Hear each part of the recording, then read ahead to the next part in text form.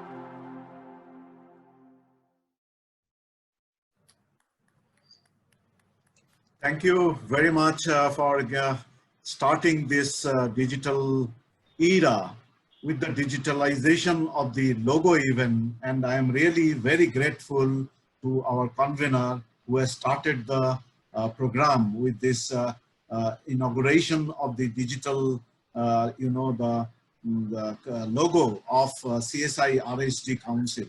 So it's a very great day. And I am very thankful to Dr. Pancholia. Please. Thank you very much. I think Dr. M.K. Das has spoken very well in the opening remarks. This is an official launch of rheumatic heart disease, CSI Council's logo for the first time in the history of CSI in last 72 years.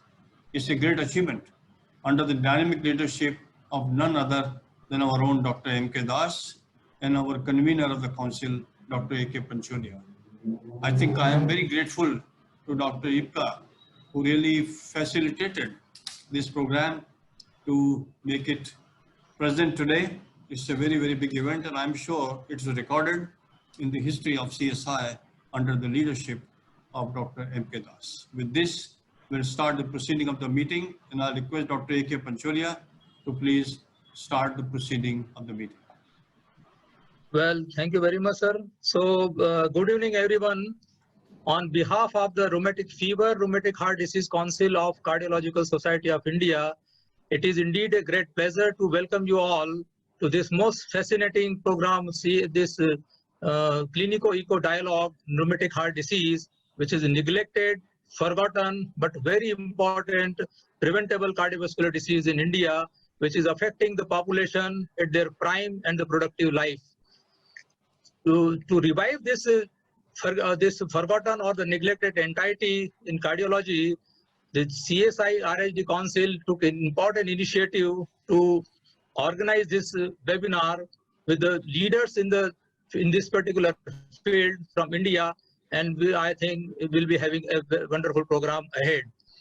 To chair the session, we have with us our dynamic president, CSI, Dr. M.K. Das. Is a senior consultant intervention cardiologist from B.M. Birla Hospital, Heart Research Center, Kolkata. I welcome you, sir. Thank you very much for your kind consent for this program. The program will be moderated by none other than Dr. H.K. Chopra, who is a real master in this for moderating such important prestigious programs. He is a consultant cardiologist from Multan Hospital, Delhi. He is a past president of CSI and past president of IAE, in Indian Academy of Echocardiography, and he is the chief editor of various textbooks in cardiology which has come out. So thank you very much for being with us, Dr. Chopra. With that, I request Dr. M.K. Das for his opening remarks regarding this webinar. Dr. M.K. Das. Yeah. Good evening, ladies and gentlemen. It's a very good day for the Cardiological Society of India to organize this particular meeting on rheumatic fever and rheumatic heart disease. As you know, that this particular group of diseases is to create a havoc in our country and also in the lower income as well as the lower middle income group, in the sub-Saharan area, in the Gulf areas, etc. Now, the focus on this particular disease, that is rheumatic fever and rheumatic heart disease, has gone away to a large extent to coronary artery disease. But to our information and knowledge, this particular disease has though gone down, but it's not out. In fact, you'll be surprised to know that almost 33 million people are affected by this particular disease, and almost 3 lakh people are having rheumatic heart disease, and it's a fabulous number. And we should not forget that this remains more or less asymptomatic for quite some time after the acute rheumatic fever is over. And in the very prime time of the life, it may manifest with the various valvular heart disease, arrhythmias and all. What is more important right now is the treatment of this particular group of disease, that is rheumatic fever, with the penicillin is still prevalent, but the availability of the drug is a questionable one because of various factors. But what is important that the medical treatment for the complications are not that very high. The surgical operations are still to be continued to salvage the patient from certain complications, especially mitral stenosis with recurrent arrhythmias and stroke events, and other valvular heart disease, which will be talked about by various speakers in the right perspective. So without taking much time, I am really thankful to the convener of Rheumatic Fever and Rheumatic Heart Disease Council of Cardiological Society of India, Dr. Pancholia, to start this program. And I request him, and also Dr. Chopra, who is the past president of CSI, and he was my mentor as well. I happened to work under him as the honorary general secretary and learned many things from him. And I request them to continue the proceedings. Thank you very much. Dear friends, you just heard Dr. M.K. Das highlighting you about the prevalence of rheumatic heart disease, rheumatic fever. It's a very common problem, but it's almost a forgotten problem. People are not paying much emphasis on this.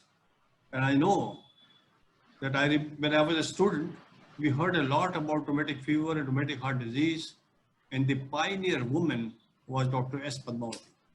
She was the one who brought a huge concept, and she really worked very hard. And we have another woman now, Dr. Vijay Lakshmi. I think she really worked hard, and she's the first person to bring the textbook on rheumatic fever and rheumatic heart disease. And she was the one person who totally changed the TD Jones criteria, which was shown in 80 years ago. It is 80 years ago, and 5 or 6 years ago, she has challenged, she said that is not only the criteria, but she brought a new echo criteria by Vijaya. I think it is a very, very nice addition, because I remember the scoring of 16, less than 6 or more than 6. It is of a greater relevance in choosing our patient for intervention and knowing the morbidity and mortality. I remember a very nice proverb when I was a student in medical college. They used to teach us, it is this streptococcal infection which kisses the throat, licks the joint, and bites the heart. It stands true even now. I think it's a very, very important that we must consider primordial, primary, secondary, and tertiary preventive strategies to prevent rheumatic heart disease. That's the need of the hour. And I feel the theme of today's clinical echo dialogue is that we must consider and discuss early diagnosis, timely intervention, whether it's a prophylaxis intervention and a sustained intervention, which is very important, as well as timely surgical intervention. We have very eminent speakers, both Dr. Vijay Lakshmi and Dr. Prasanna. I'm sure they're going to throw some light on it. So what is the agenda? The agenda is that we have two important speakers, and I have to introduce both the speakers and their topics. The first speaker is Dr. Vijay Lakshmi. She is a very, very eminent person, known to everybody in the United States. When she was giving a talk in Chicago, I remember she was given a special honor, and she was expressed by very important people that she is a queen of contribution in the rheumatic heart disease in India, because maybe they have not seen Padmavati. And I think it was a very, very big honor for us. And she's been a professor of pediatric cardiology, super specialty hospital, PMSSY, Bengaluru Medical College and Research Institute, Bengaluru. After Padmavati, we bow in front of Dr. Vijay Lakshmi. Recently, she was given a very prestigious award, an icon of pediatric cardiology by Ministry of Health, Government of India, in a program organized in Delhi in Shangri-La Hotel, supported by, again, IPCA. It was a very prestigious program. Department of Science and Technology was there, and the secretary was there, and they bestowed this honor on none other than our own Dr. Vijay Lakshmi. We have with us a very important person here, a very humble person with full of humility, is Dr. Prasanna Simha, who has tremendous contribution in the field of cardiothoracic and cardiovascular surgery. He is from Sri Jayadeva Institute of Cardiovascular Sciences and Bengaluru.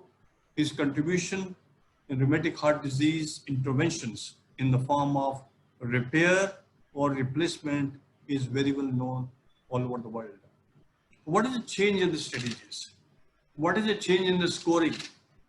In what way we are superior today as compared to 20 years ago? Because there had been a lot of controversy. Should we use NOAC in atrial fibrillation or should we not use NOAC? Where do we stand today? And why certain valves are affected, like mitral valve or aortic valve, but not rare tricuspid and no pulmonic? I am sure we'll have the answer to all these questions by the eminent speakers. And I remember this was somewhere in 1989 when I did a pioneering work in the United States on tricuspid annulus diameter, how to measure the diameter of 40 millimeter or 21 millimeter per meter square as a criteria for annuloplasty during mitral valve or aortic valve surgery in rheumatic heart disease to improve the prognosis and reduce the morbidity and mortality. It was a pioneering work 31 years ago, and even it has not been challenged for 31 years ago. I really wanted to know from our learned speakers, where do we stand? Should we consider this as a criteria or something else has come?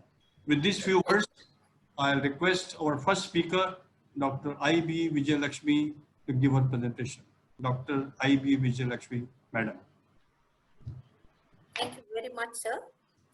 Yeah, good evening, everybody. Thank you very much, President Sir, and the chairperson, Dr. Chopra, and the chairman for the subspecialty, Dr. Pancholia.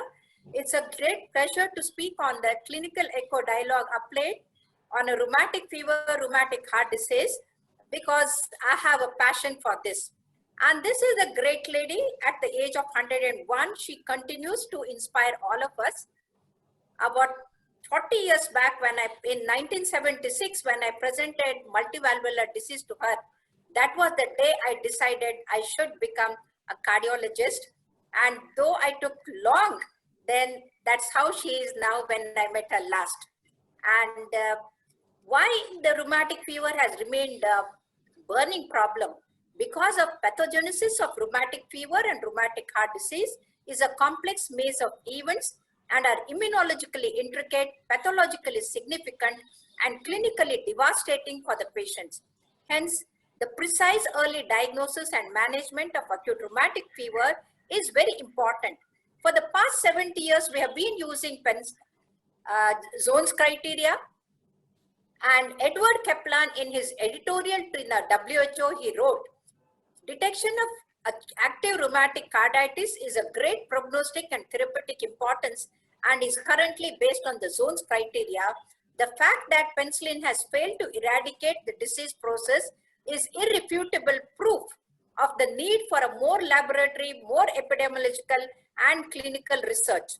And when I gave the grand rounds, I told him, penicillin has not failed. It's the clinicians who have failed to bring the patients with the carditis in the net of secondary prophylaxis. And this is Dr. Patricia Ferreri, who was the then chairman of the zones criteria. At the end of the lecture, he said, Vijay, everybody is not as good as you in the echo. They will overdiagnose. So I asked Ed, would you like to err on the right side or the wrong side? He asked, Ed, what is that?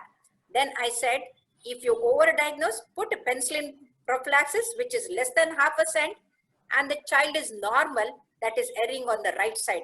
If you miss the diagnosis, the child goes for valve replacement, double valve replacement, and dies of heart failure, that is erring on the wrong side.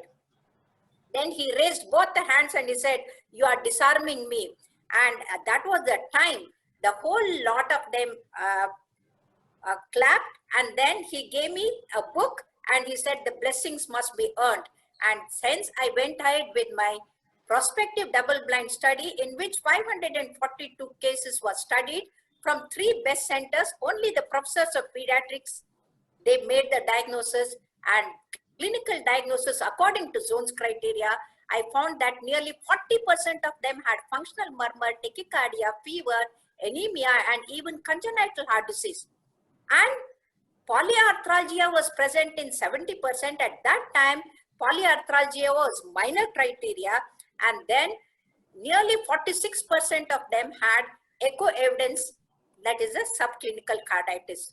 And that's how I published this data in 2005 and wrote that echo can prevent both underdiagnosis as well as overdiagnosis, and it helps the management strategy, and hence it is very important and every clinician should follow this.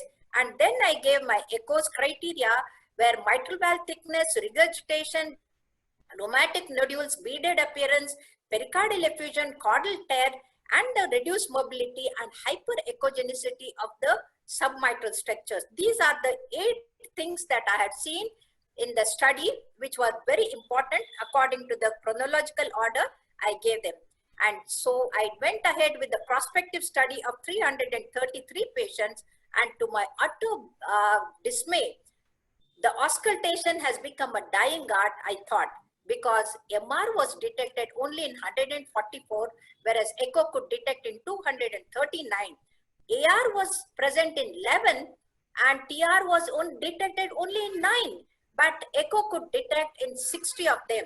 So subclinical carditis is missed by most of the clinicians, and they say asymptomatic, but underlying heart disease will be there.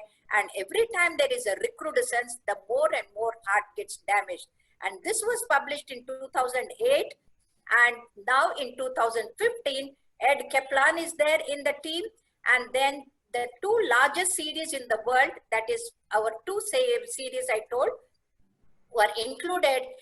And then they said the echocardiography with the Doppler should be performed in all the cases, confirmed and suspected cases of rheumatic fever. Remember, whether you have suspected, even they should have the echo. And what is interesting is if you take the history of zones criteria, you can see that carditis, polyarthralgia was major initially and then it became minor. And this time, because after our study, we showed that 70% of them, they have this, then they have included, made it as major. Then subclinical carditis was never treated. In the sense, any asymptomatic patient used to go untreated without penicillin prophylaxis. Now that has been included. And echo, which was never there right from the beginning, now it has been included as a major criteria. Why echo is included? Because echo can detect whether it is mild, moderate, severe. It can detect the mechanism, whether it's a valvulitis, valve prolapse, annulitis, ventricular enlargement, caudal rupture. More than anything, it can distinguish whether it is rheumatic or non-rheumatic. So according to my study, more than 93% of them, they have the thickening of the mitral valve, hyperechogenicity of the submitral structures, like how we have the nodules on examination, and in autopsy we see the nodules. The same way the rheumatic nodules are seen at the tip of the mitral valve or the aortic valve. And these are the juxtaposition like a free edges. And this also was published by Savitri Srivastava, my mentor, in 1996, as she called it as equivalence to the verrucae seen in the autopsy.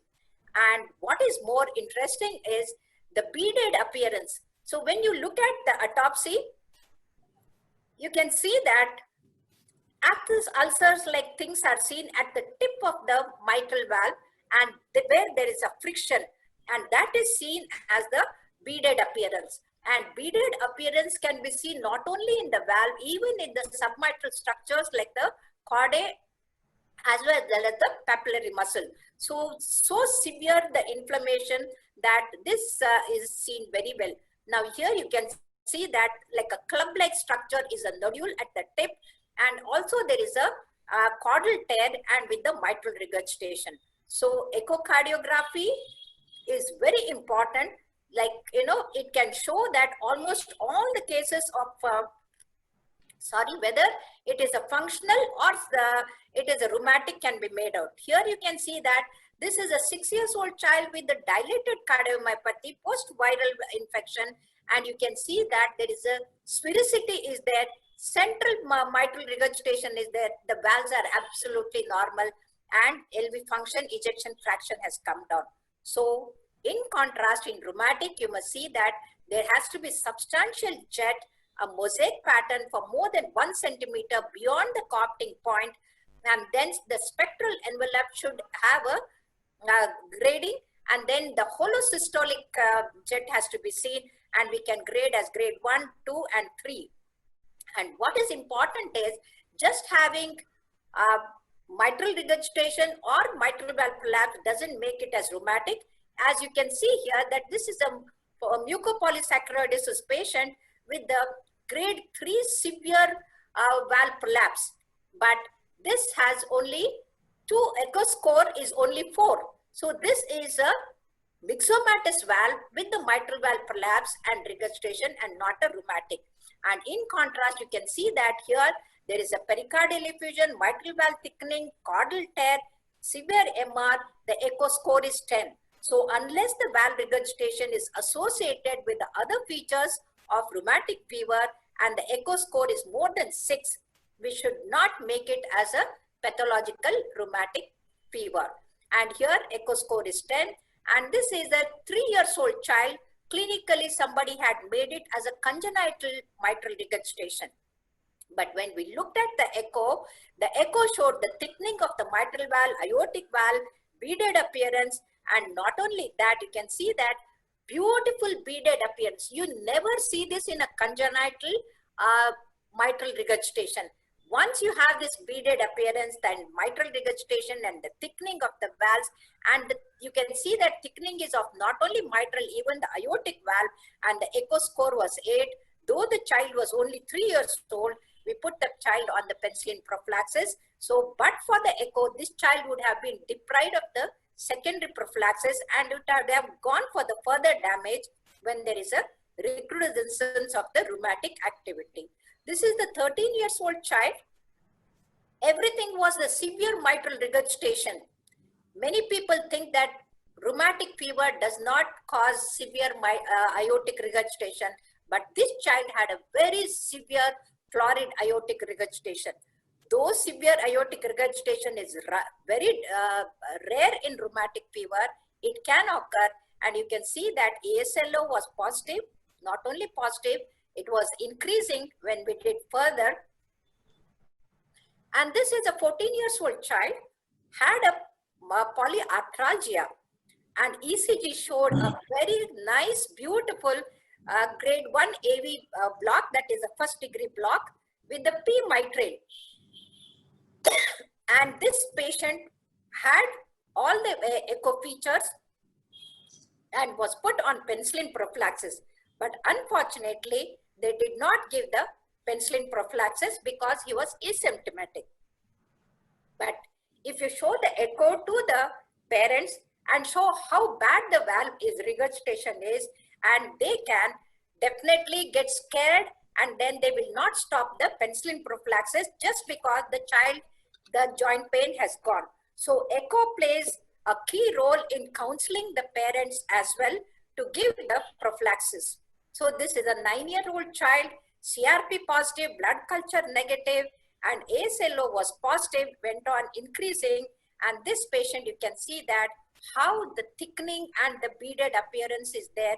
And this is how it looks. But every child with MR, clinically made diagnosis, is not rheumatic. And this patient was put on penicillin prophylaxis for past 2 years. And when I did the echo, I saw a glistening endocardium. Glistening endocardium is never a feature of rheumatic fever. Glistening endocardium means there is a ischemia, and ischemia in a child indicates that it is an Al-Kappa. And here when the angio was done and the short axis, we confirmed that it was an anomalous left coronary artery arising from the pulmonary artery. The child underwent surgery. So echo can tell you whether it is rheumatic or not rheumatic, whether surgery is required.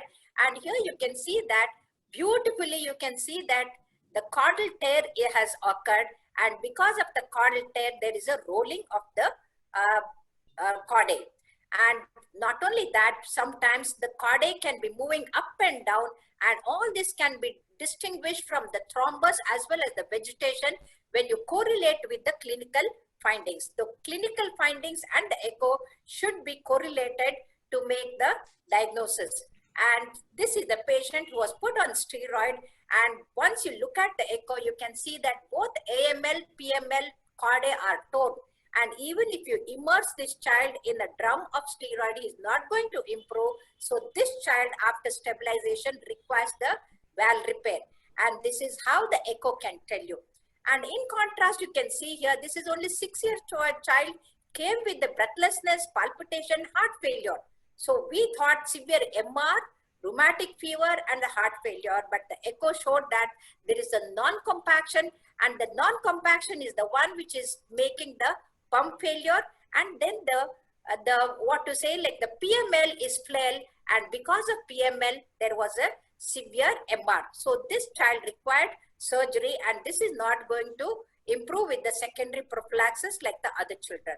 This is a 12-year-old child who came with a history of fever, breathlessness. CRP was positive, but ASLO was negative. And when we did the echo, you can see that at the tip of the AML, there is a perforation. And so the severe MR was from the perforation. Though it is a rheumatic fever, beaded appearance, everything is there.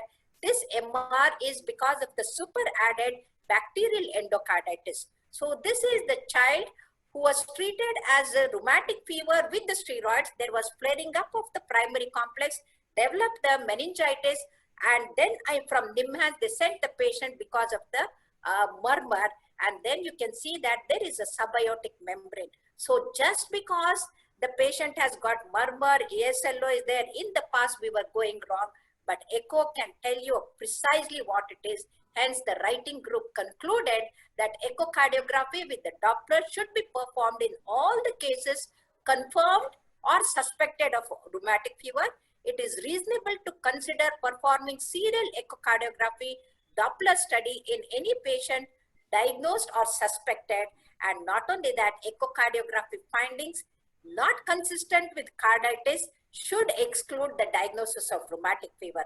Further, they said, where there is a genuine uncertainty, instead of saying you should give the prophylaxis for at least 1 year.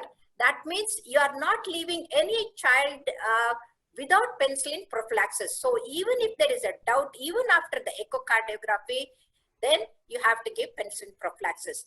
Now, echo detectable subclinical carditis presents, it gives brings more and more patients into the net of secondary prophylaxis, and secondary prophylaxis is recommended for people who have acute rheumatic fever. And now in 2015, zones criteria advises 1 year prophylaxis even if there is a doubt. So prevention of further streptococcal infection, prevention of recurrence, prevention of worsening of the rheumatic heart disease, and all this can be done with the secondary prophylaxis. And as on today, the benzathine penicillin is the best. Once in 3 weeks is a must. But there are patients who are fast excreter of penicillin. So in spite of giving once in 3 weeks, they can have recrudescence. You have to get the penicillin assay, and for them you have to give once in 2 weeks. And the oral penicillins are not recommended as on today. And duration of the secondary prophylaxis is very important. Everybody asks about it. And here, if the child has got no involvement of the heart, by echocardiography, it is completely normal. You give it for 5 years or till 21 years. And if there is a rheumatic heart disease which is persisting, then you have to give it for 10 years or till the patient is 40 years old. And if the patient has undergone surgery and multivalvular disease is there, in such patient, you have to give the lifelong. So it depends on what it is.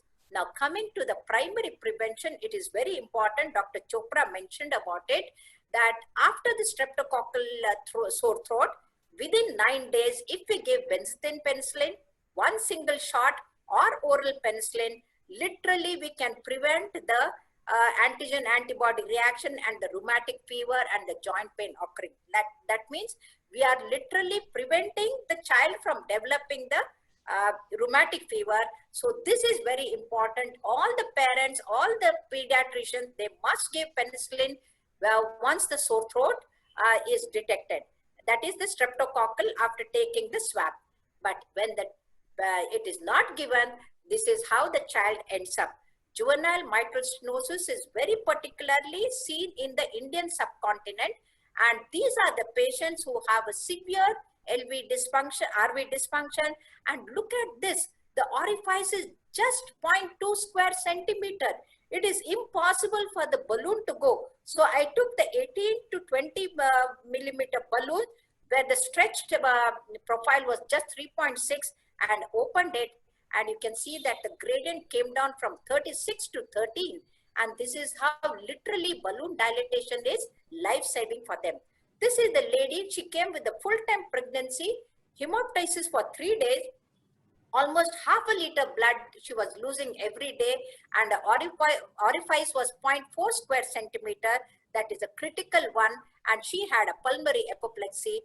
We did the emergency balloon dilatation, and she delivered the same day, and she has survived. In the past, these women used to die during the delivery.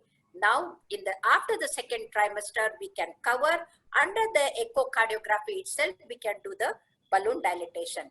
Here, the T plays a very important role to rule out any thrombus in the left atrium. If there is a SEC, if there is a doubt anything in the left atrial appendage, we must do TE to rule out, and this patient goes for the surgical correction and not the balloon dilatation. So this is a 16 years old child with a severe MR, severe AR, and what is the future after double valve replacement? And this child unfortunately had a ejection fraction of 30, breathlessness, and the child was diagnosed as dilated cardiomyopathy because they had not done the proper echo, and the echo showed a rheumatic valvular heart disease with a severe AR, and it was already too late. So tertiary prevention, whether balloon, repair, replacement, it's all a question, but primordial prevention like oral hygiene, brushing the teeth, gargling the throat is very important. It should be taught to all the school-going children. Then the primary prevention, secondary prevention, and echo plays a very, very important role in giving the tertiary prevention.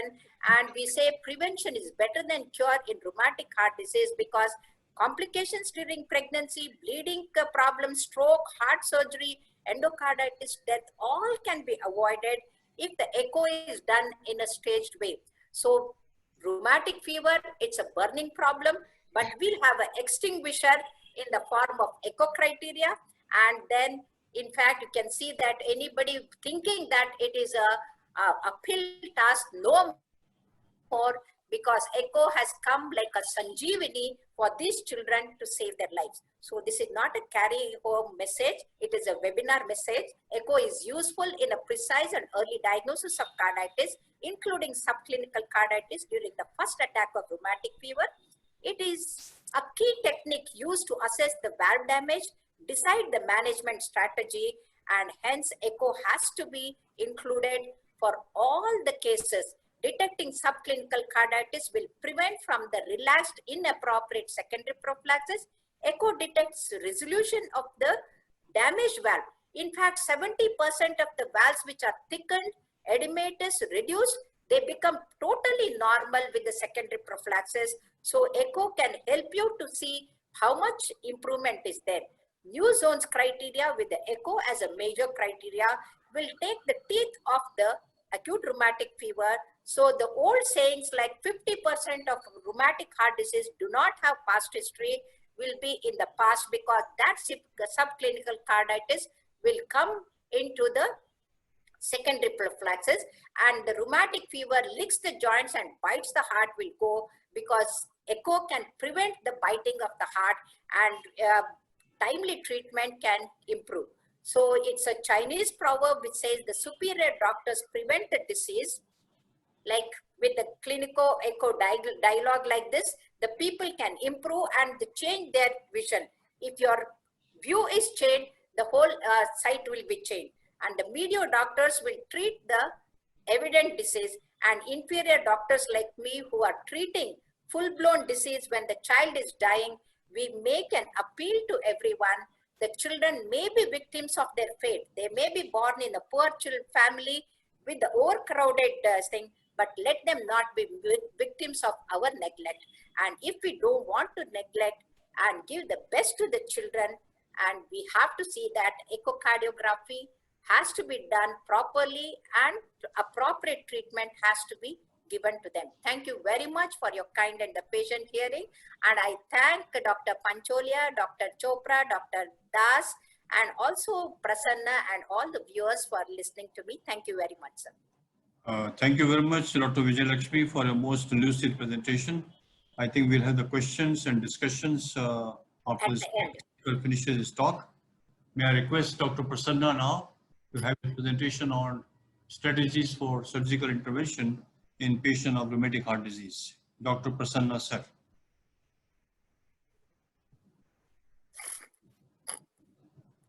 Please unmute.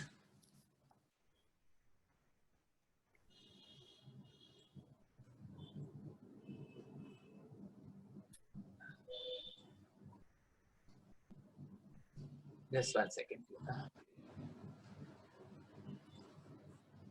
Can you see? Yeah, go ahead. Okay. Namaste. I thank the entire CSI team and all the respected members who have invited me to come as a surgeon to talk in a cardiology conference. And I would like to talk about RHD repairs. And it's from the surgical viewpoint. Dr. Vijay Lakshmi has given an exquisite talk on diagnosis of the disease, and then she has to hand over all the horrible complications, and I have to deal with those. And we'd like to do it. I would like to dedicate it to one of my former students, Dr. Dattatreya Rao, who is a cardiologist and who unfortunately died young. He was a part of, he has been involved in part of the work which we have done, and I dedicate it to him because for a teacher, when a student dies before us, it is like our child dying before us.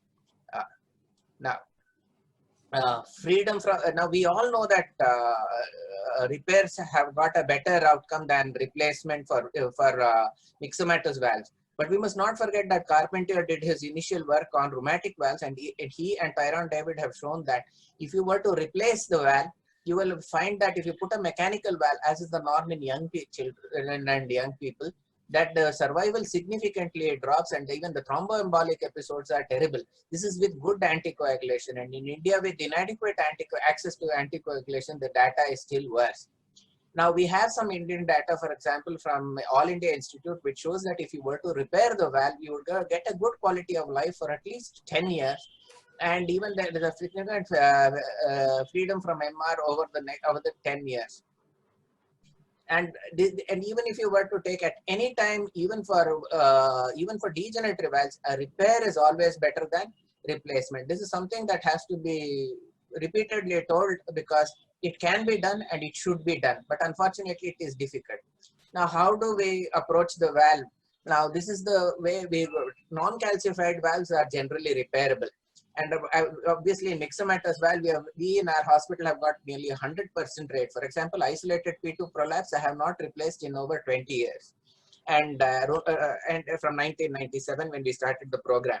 Now, in rheumatic valves, in carefully selected valves, that is up to 90% of non-calcified valves can be repaired. And we will not be discussing ischemic, but you should realize that a large amount of patients can be repaired. But one of the things that we have learned with bitter lesson is do not try to repair with active carditis.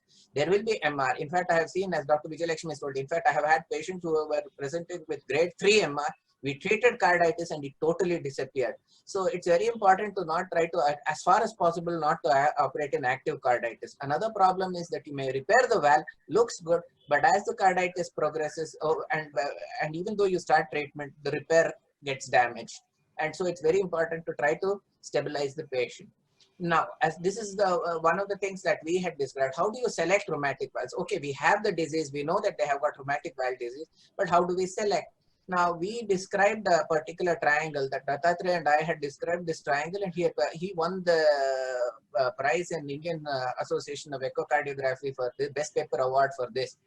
And we described a triangle which we call as the infrapreamal triangle. That if you see in the parasternal long axis view, we may have to slightly rotate the patient. We found this triangle, which is bounded by the subcaudal apparatus, the posterior mitral leaflet, and the posterior basal portion of the LV.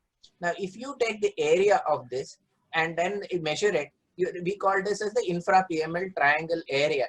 Now, you can see in this particular patient that he's got an area of 2.78. I will again show another patient with a very bad area. You can see that this is a calcified rheumatic valve, and you can hardly see the area. It is around 0.48 centimeters squared. Now, when we analyzed serially patients, and we found that if the infrapreamal, we did measure this, we did actually initially when I started the repair program in our hospital in 97, we started taking a host of criteria, but then we boiled down to these criteria. We found that this is the one consistent criteria which would predict operability and a good repair. And when we saw this, that if you had a valve area of more than 1.5 centimeters square, for example, like this case, your repair rate is more than 98%. But if your area is less than 1 centimeter, the repair rate is less than 60%. And between 1 and 1.5, 85 to 90%.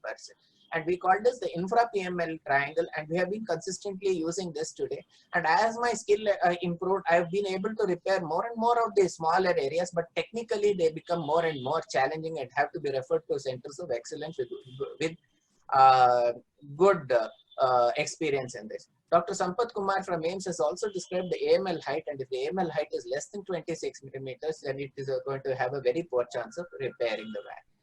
Another thing that we have found is that if you see whether the annulus is dilated, the more dilated the valve, actually we have got more play, and we will be able to repair the valves which are having MR which are slightly dilated.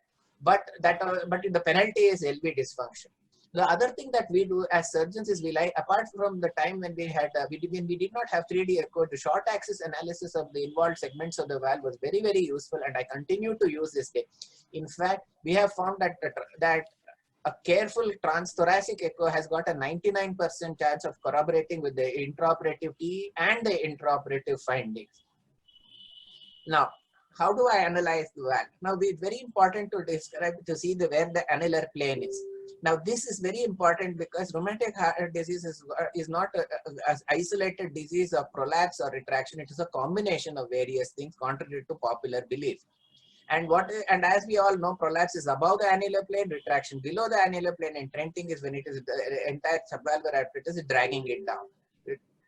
But what we have used is what is called as the relative displacement, because see, this may be in the annular plane, but you will see that the anterior leaflet is higher, the posterior leaflet is lower, and this is very important, and we call this as the non-coaptation, and this non-coaptation distance can help you a lot in repairing the valve. If the non-coaptation distance is less than 5 millimeter, plain annuloplasty often will be able to resolve the problem. But if it is more than 5 millimeters, more distinct procedures are required.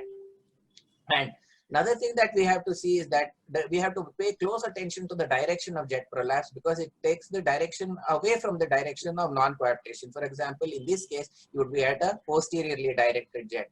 And sometimes you may get a centrally directed jet when both the leaflets are similarly afflicted. So paying attention to the direction of jet, saying the way that Coanda effect occurs, all these things are very important, and eccentric jets have to be very carefully analyzed. With all of this, we can get a preoperative plan. Very often, I write down what is my preoperative plan, and then and this will act as a good control to say how good my echocardiographic skills are there compared to the actual intraoperative finding. So the principles are all based on what Carpenter had told, and it is basically you're trying to monocuspidize the valve. You want the coaptation line to increase, and you have to also obviously obliterate the leak. And this is one of the things which is, you can see this is a very small kid, and it has got a typical rheumatic finding. There is fusion. The presence of fusion is 100% proof that this is rheumatic. You can see that there is anterior leaflet prolapse, and then you can see posterior leaflet retraction. So contrary to what we think, that this is the classic one which we find in more than 90% of the patients, especially in young children, when we are doing rheumatic repairs. So it is not one. It is not like saying that rheumatic valves have got type 3A, but it is actually a combination of prolapse, retraction, fusion, and annular dilatation. Now you can see sometimes iatrogenic MRs. For example, this is a balloon mitral valvotomy tear. We have closed the thing, and we have been able to do a valvotomy, and we have got an excellent result, and we have been able to salvage the patient. But another thing that you have to be careful is to see whether there are clefts. For example, and you have to see whether there are true clefts or pseudo clefts. In the case of a true cleft, there will be no subvalvular apparatus along the margin, but in a pseudo cleft, you can see the beautiful subvalvular manner. These can often cause a lot of leaks too. Now, very important is that the retraction of the leaflets. Now, here you can see how the leaflets have been retracted, and because of the subvalvular thickening and fusion. So you can see the fused, and it, instead of forming serial lines, you can see it has become like a fan. And in these patients in a PML, we typically start with the posterior leaflet, and if the infra-PML triangle is a guide to this, and I call it the Waterloo of repairs. So initially we can divide the posterior basal chordae and increase the leaflet mobility. If that also does not work, we can patch and augment. You can here see a child where we have augmented the leaflet, and you can see that we have now got a competent valve. So this is the second level of this thing. The worst is if you cannot do anything at all. For example, with a very poor infra-PML triangle, I have made an artificial posterior leaflet in this case, and then you can see this is the natural leaflet, and this is the artificial leaflet, and now the anterior leaflet is banging against the artificial posterior leaflet, and we have been able to salvage this and allow the child to be anticoagulation free for years. Sometimes we may find focal leaks, and we have used a method called as contralateral tethering stitch, and you can see here how beautifully the coaptation occurs because of a spot leak which was there in that particular area.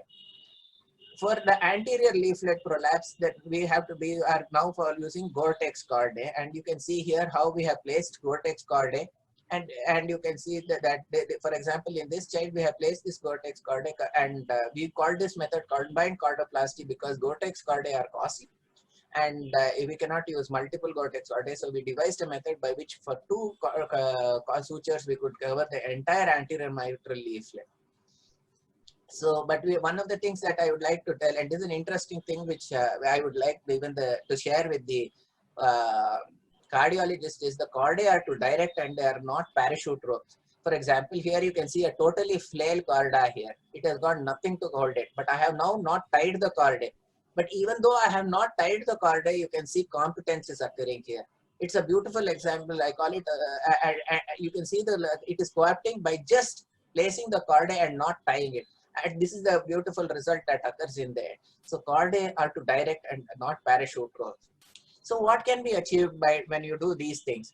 For example, over a period of time, you can take more and more complex cases. For example, you can see this thick amount of tissue has been resected, calcified, and cordae resected, and you can see that you've got a beautiful competent valve. I will not necessarily do it in all cases, but the pressure on repairing becomes more and more as the child is young. And you will try to, and I always say, if I replace the valve, I consider it as a death sentence, because in pediatric age group, a mechanical MVR is a death sentence for the child.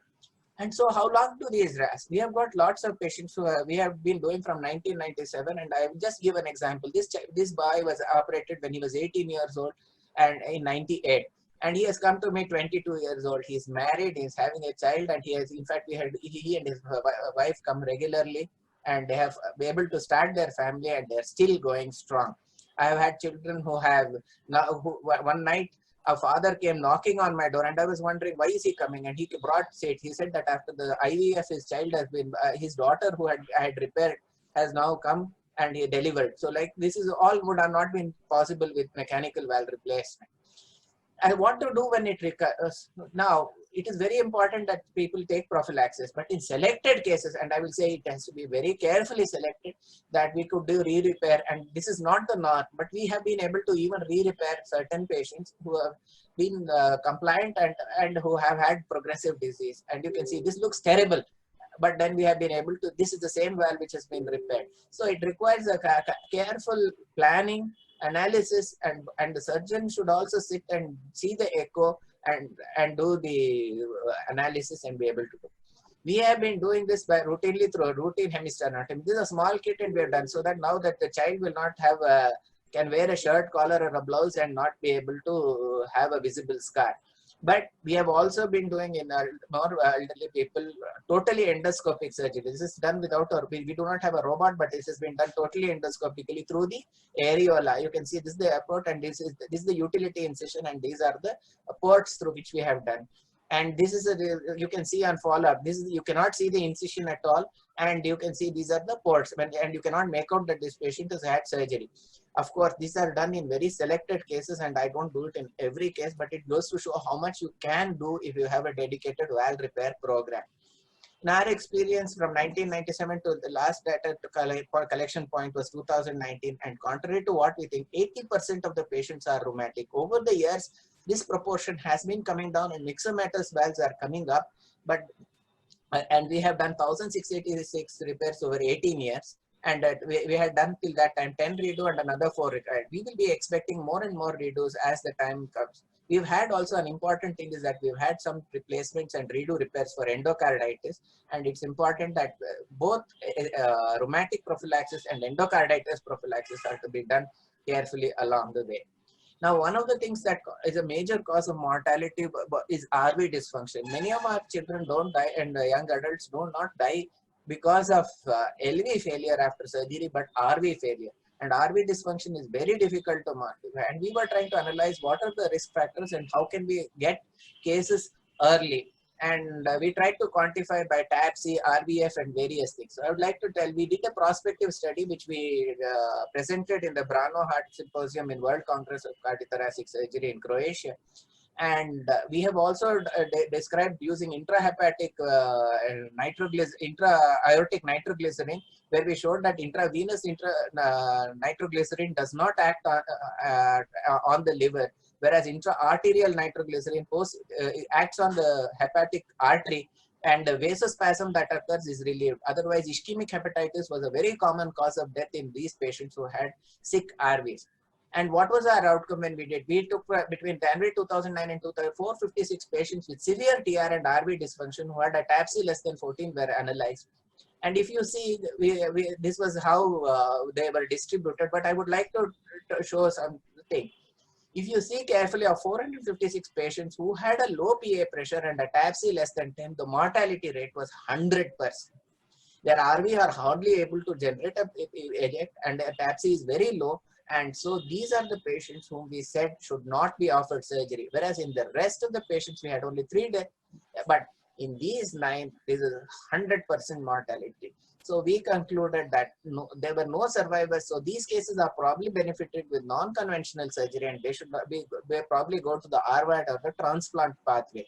So reversible pulmonary hypertension is not a contraindication despite low RV function. For example, here you can see patients with the PA pressure who are having high PA pressure, but with the TAPC of less than 10, some of them 8 or 9, we were able to do 98 cases without a single mortality. So it's important to see both the PA pressure and the TAPC and have a look. Today we are even doing MRI quantification, and we are, but at that time we didn't have access to cardiac MRI. Now another thing that I would do is a plea for all pediatricians to refer to our pediatric cardiologists and cardiologists. They have to refer the cases early. And one of the things when we did a mortality analysis of our patients was that we found that when we had a normalized score, when we took the Z score, the problem with children is the ventricles look like an adult ventricle, but they're actually too large. But when we do proper measurements according to body surface area and calculate the Z, we found that a Z score of +7 was having 100% mortality in the hospital or within the first year. So this underscores the importance of early detection and appropriate referral. And we want patients to be done early and done in a center where repairs can be offered. The hesitancy to refer early is because they may be replaced, and replacement I feel will be the death sentence of the child, and we struggle a lot to repair. And in fact, we had done in one particular study done by my student on pediatric double valve, we found the same. Then another thing that this is an ongoing study which I want to just highlight why we should be active with carditis and why we should be able to see properly is we have done in conjunction with Indian Institute of Science and RGHS, we are doing a study on RV failure post cardiac surgery, and in that we had taken patients with rheumatic heart disease. And I would like you to just see these slides. These are preliminary slides, but can you see 100% of the patients who have developed pulmonary hypertension have got RV fibrosis. Every slide has got RV fibrosis. And so, and another funny thing is you see that, for example, this patient and this patient have got LV and RV fibrosis. These patients died. We found that biventricular fibrosis is a marker for death, but RV fibrosis predates LV fibrosis. We are still in the process of doing this, but this underscores the thing that we should start referring patients earlier before pulmonary hypertension and RV dysfunction comes, and by the time LV fibrosis occurs, it is too late. So our conclusion is early timing of surgery is needed if repair is performed. Do not hesitate to send to a center where repairs are being done. Operate before LV and RV are damaged. Prevent LV and RV damage in the first case and refer before LV and RV are damaged. Rheumatic prophylaxis is vital.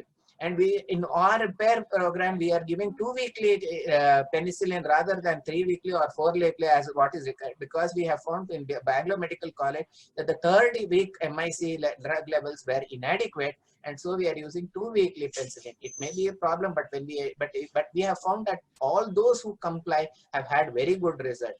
And repair with RHT can be done in the vast majority of patients when they are assessed. Centers doing large volume of repairs can have consistent results. So all cardiac surgical centers should start a repair program and we can mentor them, and it should be done. replacement is to be avoided as far as possible in young children and young adults. Thank you very much. Thank you very much, Dr. Prasanna.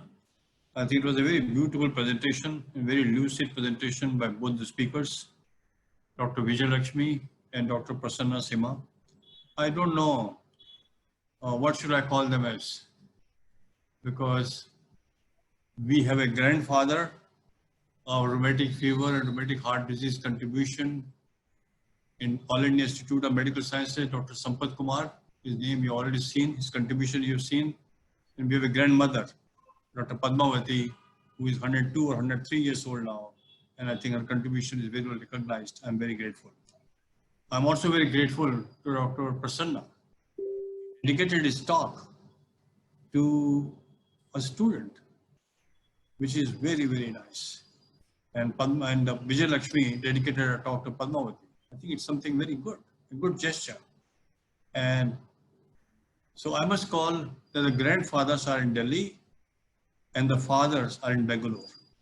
We have a surgeon father and a surgeon or a echocardiologist in Bengaluru, which is a mother. So we have a mother and father of rheumatic heart disease in Bengaluru, and the grandfather and mother are in Delhi. We should feel very proud. And we are very proud to see the data of Dr. Vijay Lakshmi. She mentioned very categorically the power and the promise of echo. And the same thing was expressed by Dr. Prasanna. Without echo, Zone's criteria has no existence, according to me. It doesn't stand anywhere because it has a diagnostic, prognostic, and therapeutic implications. So I think it's a huge data. And I think the way Vijay is given is scoring, Vijay is scoring of 16 and dividing more than 6 or less than 6, very relevant. So I think these are very, very important. I just 2 or 3 important questions before I address the questions from the audience. The first question is to Dr. Vijay Lakshmi. See, we see a lot of patients. In fact, I did a lot of work for 1 year in the United States. I see a lot of patients of rheumatic heart disease, surgical intervention, and they have LA thrombus or LA appendage thrombus or SPEC. We see spontaneous contrast in the echo. And there has been a little controversy about warfarin versus NOAC. But now the recommendation is that we can give it mild mitral stenosis with atrial fibrillation, we can give NOAC. I don't know why there is a contraindication for moderate or severe mitral stenosis. We'd like to know your reason if you have anything to suggest, because this is a very common question asked many times. These days we talk of valvular atrial fibrillation, we talk of non-valvular atrial fibrillation, and everywhere we give NOAC. In prosthetic valve also, bioprosthetic valve, we are giving NOAC, except the certain valves like Carpenter valves where we don't give. But the only thing is, there is no black box warning. Mild mitral stenosis, no problem. Studies are done. But in moderate and severe mitral stenosis, I don't think there is much data. We'd like to have your opinion, Vijay, on this. Vijay, you mute. Unmute, yeah. It's unmute, sir. Can you hear Go me? ahead. Yes. Sir, that's a very important question, but I have no experience. But what I do is, if echo shows a spontaneous contrast, very thick one, invariably they'll have a thrombus in the appendage. So we put them on heparin, especially in children, they've fractionated the heparin so that, under the cover of heparin, after 1 week, again we take up for the intervention. Otherwise, if it is a grown-up or older patient, we do the T like I showed, where the thrombus is not seen in the transthoracic, but the T can show. And in such patients, if there is no thrombus on the intra-atrial septum or the body or the roof, then even if it is there in the appendage, we can go with the PTMC under the influence of heparin. So we don't give the anticoagulants to them, we send them to the surgery, because these children post PTMC, they can have thromboembolic cerebral stroke, and then they can have, heart may become better, but the brain may get damaged. So better to take care in I think the message is very clear. In today's era of NOAC, we don't use heparin anymore. We use NOAC. It's very safe and it's very fast in action. So Okay, in action, peak effect comes quick and there is no What contraindication. about the cost, sir? NOAC. No, cost of it, cost.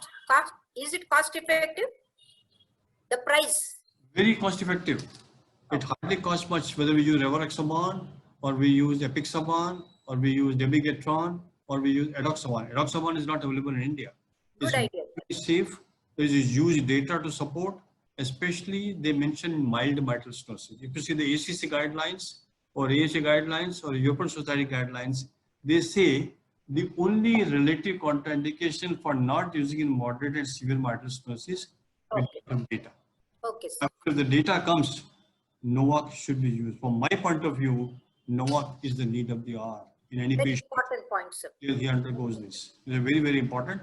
And second thing I really wanted to ask Vijay, that we see rheumatic heart disease, mitral valve involvement, aortic valve involvement. Have you seen is tricuspid valve commonly involved or it's less involved? I have seen a child with both tricuspid stenosis, mitral stenosis in a 4-year-old child. Yeah. So the tricuspid valve also has to be looked for, and invariably the pulmonary valve 99% of the time not involved, but those who are in a high altitude, they can have the pulmonary valve involvement also. But I have seen almost 5 to 10% of the children, they can have tricuspid valve involvement also, and we should not allow it to go further. Yeah. Because, Prasanna, I want to say something. Yes, Prasanna. See, what happens in the surgical side is we get the subset who ultimately reach for surgery, and we see a very high percentage of tricuspid valve disease, and we get combinations of TR, TS, TR, and pure TS. But that is because we get the subset which are coming in for surgery. And as you said, 21 mm per meter squared is our cutoff for fixing the tricuspid valve. Otherwise, you will we may fix the left sided valves, but the right sided valves will come back later to bite us. It's a very important point which Prasanna is saying. What I did 31 years ago still stands today. It has not been challenged. It is inviolate rule for us. So it was like a eureka for me. I worked very hard, 1 year. I reviewed retrospective data of more than 1,000 patients and came to a conclusion that 21 is the cutoff point, millimeters per meter square, is the criteria of doing an annuloplasty to improve the prognosis and reduce the morbidity when a patient undergo rheumatic valve surgery, as also expressed by Prasanna. Only one thing, Prasanna, I like to ask you is, when you do a surgical intervention, I think you shown a huge data, almost 22 years data of, Yes, sir. you've shown a data of 22 years. Yes, sir. So the huge data you have shown and of repair. I have just one question. When you repair or you replace the valve, what happens to the atrial fibrillation?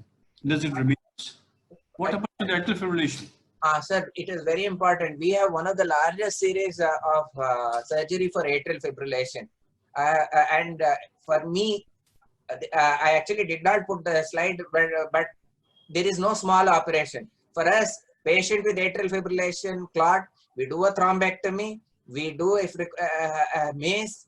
We have described electrocautery MACE, and we have done more than 2,000 procedures of this. We do regularly MACE, we do LA reduction, RA reduction. I can show you patients where we have got 100% CTR cases like that. Dr. Vijayalakshmi will have seen those footballs, and we reduce the size, and we have got them back in sinus rhythm, and we have got a large amount of it. We need to.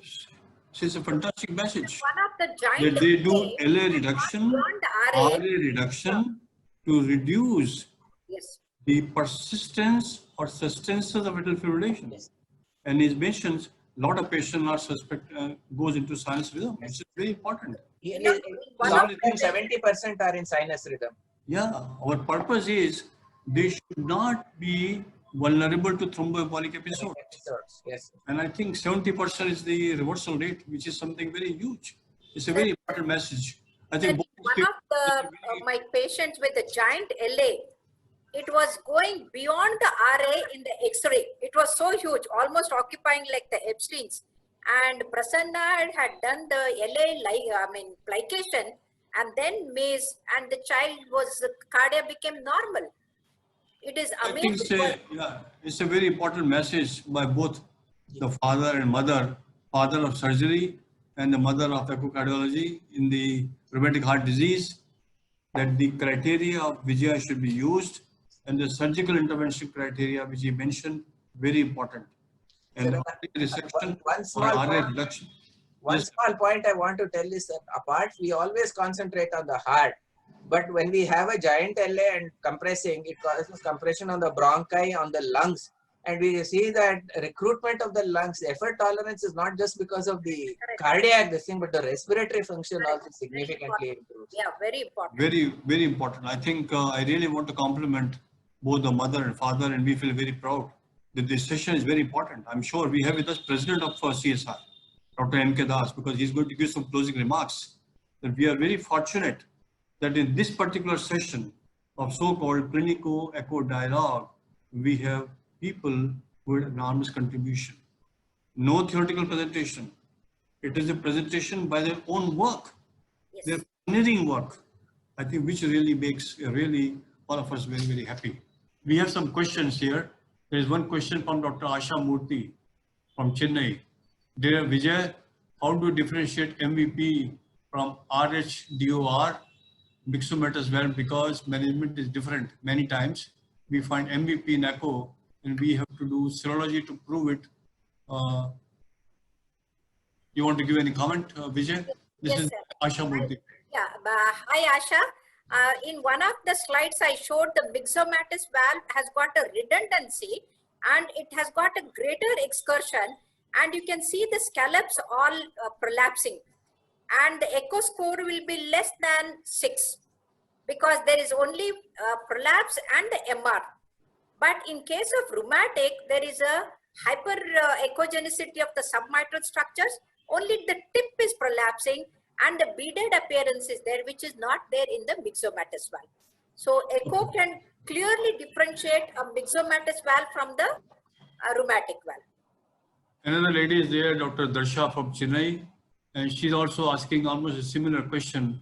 Myxomatous valve, because management is very different from mitral prolapse. Can it be possible that they have both the diseases? Yeah, you can have a myxomatous valve developing rheumatic. I have seen only one child where we had made it as a myxomatous valve, and then later on when he came with the symptoms, ASLO C-reactive was positive. It can happen. But myxomatous valve per se, it is redundant and excursion is much more. And rheumatic carditis, because of inflammation, the mobility is reduced, especially the PML. Okay. Sir, I would like to make a point. As Madam Sure. had said, but I've had, see, myxomatous valves are usually this thing. So one of the things that we have to see, which I would like to add, is if you have got any fusion, even minor degree of fusion, it's automatically not myxomatous. And another thing is, we've had, I think we've operated 2 cases so far which had myxomatous valve with superimposed rheumatic affliction. It's very rare, but it's just because the number of myxomatous valves will be higher in the general population. Very nice. So I think the other question is by Abhishek Singh. And this is Dhirendra Pratap Singh. He says, how long penicillin injection should be continued in patient with rheumatic fever? Vijay. If the cardia is normal, then 5 years or 21 years. If there is a involvement of cardia and progressively, if that whatever thickening or the changes were there, if they come down, then it can be given for 20 years. But if they have established rheumatic valvular heart disease, even if they undergo PTMC or the surgical correction, it has to be lifelong. Because I have seen a 68-year-old lady with the joint pain. I said that is osteoarthritis. But her granddaughter and grandmother, both of them, they had rheumatic fever. So age is not a criteria. Very good. I think you clarified the point well. Another question is Abhishek Singh. This question is addressed to Prasanna. Onset of dyspnea in chronic severe MR or severe AR, which has got the worst prognosis, number one. And number two, can we differentiate between the palpitation caused by AR and MR based on the history? Prasanna. Okay, usually see, because AR, if you were to talk of isolated lesions, AR will have a competent mitral valve, so dyspnea is later presentation, whereas with severe MR, dyspnea would be an earlier presentation. And then what has got the worst prognosis, it depends on the thing, because if AR has got dyspnea, he's already very late and would have had significant, and the LVDP has gone up, and therefore the LA pressure is going up. And the second one was differentiated between palpitations caused by AR and MR based on history. It's a little difficult, I would say, an overactive precordium with both. But one thing is, if you can, I don't think you can only do it by history or to do clinical examination. Thank you very much. It was very nice. I think another question is Sai Krishna. She's asking Dr. Vijay, Madam, if we have isolated AR, can we label this as rheumatic heart disease with confidence? Yeah. Or there is some showed you, diminution of confidence in labeling in isolated AR? yes, I showed you one case of severe AR, isolated AR, diagnosed as dilated cardiomyopathy. They missed the diagnosis because though there is an isolated AR, there will be thickening of the aortic valve, mitral valve, even tricuspid valve. Beaded appearance will be there, though there is no MS or MR. So the valve damage will be there, only echo can detect. So clinically we may not have MR, but then echo will show the features. So just a last question now. Again, it is addressed to Vijay Lakshmi. I don't know why so many questions to Vijay Lakshmi. Maybe people like her.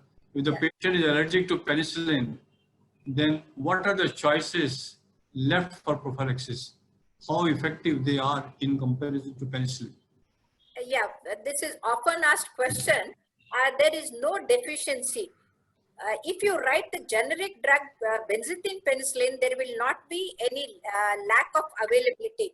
When you write Penidur, which comes from Gujarat, there will be deficiency. In Karnataka, we have a government of Karnataka producing the penicillin, so there is absolutely no deficiency. And it has been shown that the oral drugs compared to the parenteral injection, the bioavailability is much less, and then it is not reliable. So recrudescence is much more when oral drugs are given. I would like to reiterate that point that many people, the pharmacists will say Penidur is not available. But then you get Pencom, there are hundreds and hundreds of brands, they can get it. We have to tell them, please give alternate brand. So ladies and gentlemen, we are well in time. We had a discussion time for 20 minutes and we have completed 20 minutes. And I'm very happy that we have the doyen of rheumatic fever and rheumatic heart disease contribution. As I mentioned, the mother and father both are here. That's a label given to them on behalf of the CSI. Something very good. The president is going to address very soon. He's going to give the closing remarks. We feel very proud and very honored that we represent India well all over the globe. They are the face of India in rheumatic heart disease and rheumatic fever contribution, both in echo and surgical intervention. With these few messages, I'll request our Dr. M.K. Das, our president of CSI, and Dr. A.K. Pancholia. First, Dr. A.K. Pancholia to give some concluding remarks, and the closing remarks is by Dr. M.K. Das. Dr. Pancholia, sir. Just one point, sir. In South Africa, when the World Congress of Pediatric Cardiology was conducted, I was given 6 topics only on rheumatic fever. 6 topics. Thank you. So that shows how much they are all interested. Go ahead, Pancholia. Yeah, thank you very much. So you will all agree with me that we had 2 very outstanding presentations. One by Dr. Vijay Lakshmi, focusing on the pleiotrope benefits of echocardiography, the rheumatic heart disease, and by Dr. Prasanna, I'm the fantastic talk on this valve repair and all those. And it is very, very great to see the person is doing a valve surgery in the era of CABG glamour. So it is really fantastic. And Dr. Chopra has conducted the program very nicely. As usual, he's a master in this particular field. So it's a fantastic, and comments were well taken by all of us, and by the audience. At last, I would like to say that all these leaders, all these stalwarts here today, Dr. M.K. Das, our president, our moderator, Dr. H.K. Chopra, Dr. Vijay Lakshmi, and Dr. Prasanna Kumar. So they are actually the real promoter of prevention and treatment of rheumatic heart disease in India.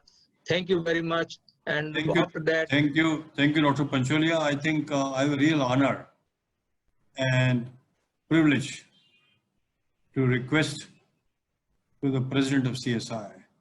His closing remarks will have a lot of weight, and it will create a huge impact in the CSI, both for the speakers as well as for the convener of the CSI Council of Rheumatic Heart Disease and Rheumatic Fever, Dr. M.K. Das, sir. Well, I was intently listening to all the proceedings of the meeting today, and I must congratulate to all of you, including Dr. Vijay Lakshmi, who spoke so well on this echocardiographic diagnosis and Vijaya criteria and the various modalities of the diagnosis of subclinical rheumatic fever and rheumatic heart disease. Then I must congratulate also Dr. Prasanna for giving his overall view about the management, especially the surgical management, and for the original works that have been carried out by him in this era of CABG. And really that's a fabulous one, and I must convey my regards to you for doing the excellent work. And next is definitely Dr. Pancholia, who has organized the meeting in so beautiful way, and really I thank him for organizing the meeting on behalf of CSI.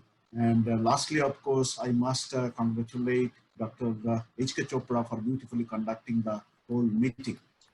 Just a few comments I would like to make, because since I am the president of Cardiological Society of India, and as you know that CSI has got several councils, and rheumatic fever and rheumatic heart disease is one of the councils.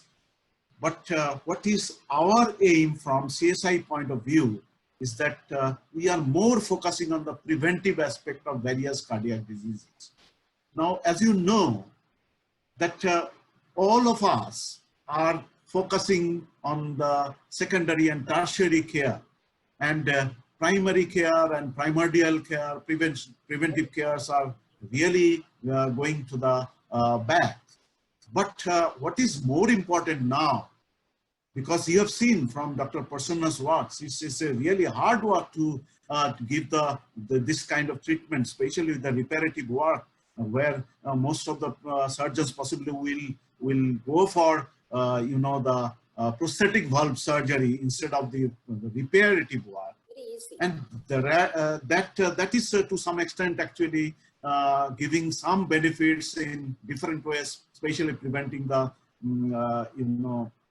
the use of the oral anticoagulation, which is a very, very important thing in prosthetic valve surgery. Now, primordial prevention is much more important, and really it is to be focused in a very concentrated way, because you know that WHO and Heart Federation, of which CSI is a member, in fact a founding member, and they have an ambitious target to reduce the rheumatic fever, rheumatic heart disease by 2025 by 25%. And this is possible if we really care for the primary prevention as well as the primordial prevention. Now, while working in many other capacities apart from the Cardiological Society's action, we traveled across the country both in the urban areas as well as in the rural areas. We have seen that there is a very high incidence of rheumatic fever in the urban slums, urban slums. This is a term which is very much commonly used by the rheumatic fever specialists. And rural slums, the slums are quite common, but urban slums are also very much common, and they are the areas, they are the hot spots of the rheumatic fever, and we must focus on those areas where we can have the primordial prevention. Now, out of the primordial prevention, definitely it's not only the cardiologists or cardiac surgeons or the physicians, they will take part. It is a holistic approach from the whole healthcare personnel, which will have to be imparted on this, especially regarding the nutrition, especially regarding the housing, especially regarding or emphasizing the importance of good potable water. And all these will have to be carried out by the health, the care service providers. It's not only the job of the cardiologists or physicians or the personnel related to the therapeutic aspect. They'll have to focus. But we'll have to give or advocate this more and more so that the urban slums are reduced, so that the rural slums are reduced in numbers, and automatically the health quality will go up, and that will give a tremendous respite to the higher incidence of the rheumatic fever and rheumatic heart disease. And thereby, and thereafter, of course, you'll have to take care at the school level where there is very common incidence of rheumatic fever, or rather, the sore throat, and which can be prevented by treating them early. And that's the importance of the, very important rhetoric that is often used, that a stitch in time actually saves 9. A stitch in time saves 9.